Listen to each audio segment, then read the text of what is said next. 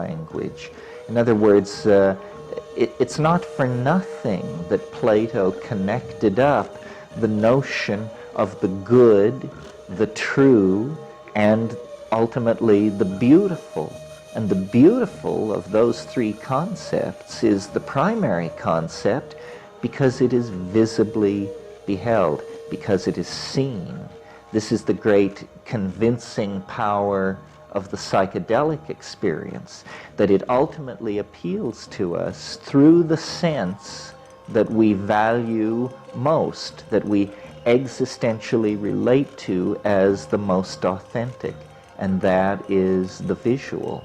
Visible language is a kind of telepathy, because you see, if I make a statement in visual language and then you and I regard my statement, we are somehow in the act of regarding made one, because meaning is not being created out of interiorized dictionaries, which we each consult in the privacy of our own mind, but rather meaning is a visible manifold in the public domain. Meaning goes public, and the differences between people then decline toward being insignificant.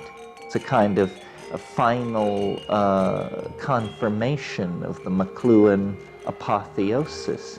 And I think visible language is coming. Life in the imagination is to be the life of creativity carried on through these virtual environments driven by linguistic engines. And like that.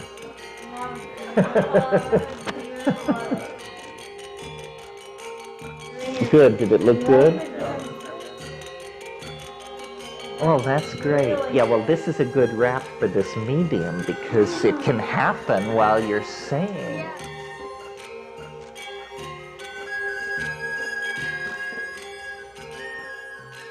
Well, the only thing I would add to that, it's kind of a standard wrap, but that the starships of the future, in other words, the vehicles of the future which will explore the high frontier of the unknown will be syntactical vehicles. I mean, the engineers of the future will be poets. This is what virtual reality holds out to us, the possibility of walking in to the constructs of the imagination. In a way, culture is that. I mean, our cities, bridges, highways, airliners, and art galleries are condensations out of the imagination, but at tremendous cost because we must make them out of matter.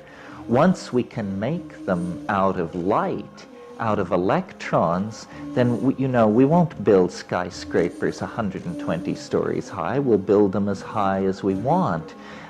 Roof height will no longer be a factor ruled by cost effectiveness and gravity. It will be a parameter ruled by the imagination, as will all other parameters.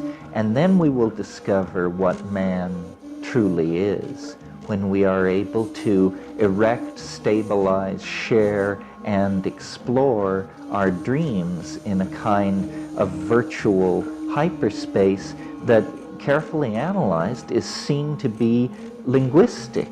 That's what its connectors are made out of. That's what its ferroconcrete and steel is the edifice of language. This is what the stuff of the imagination is made of. And I think this is what we're moving toward. The psychedelic shamans have always known this.